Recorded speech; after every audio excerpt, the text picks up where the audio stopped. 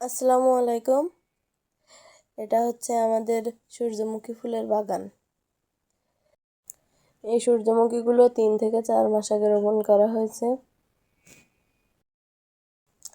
এই সূর্যমুখীগুলো তুলনামূলকভাবে একটু দেরিতেই রোপণ করা হয়েছে, যার কারণে এখনো পর্যন্ত এই সূর্যমুখীগুলো খুবই ছোট। এছাড়াও কিছু কিছু গাছে কেবল কড়ি তৈরি হয়েছে।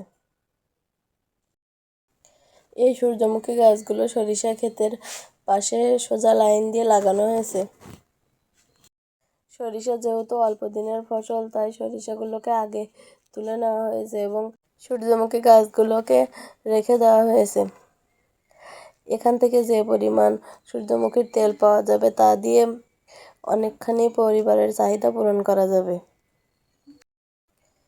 একটি বড় আকারের সূর্যমুখী ফুল থেকে আমরা 1.5 থেকে 2 কেজি তেল পেতে পারি। যেহেতু সূর্যমুখী ফুলের চাহিদা আমাদের দেশে অনেক বেশি এবং এর তেলের চাহিদাও কোনো অংশে কম নয়, সেই কারণে এই চাষ করে খুবই লাভবান হওয়া যায়।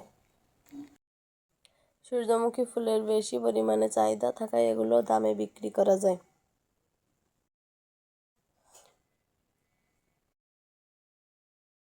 এই সূর্যমুখী গাছগুলোর মাঝখান থেকে যেহেতু সরিষা গাছগুলো তুলে নেওয়া হয়েছে, সেই কারণে এগুলো অনেক ফাঁকা হয়ে গেছে, যার কারণে সূর্যমুখীর বৃদ্ধিও খুবই তাড়াতাড়ি হচ্ছে।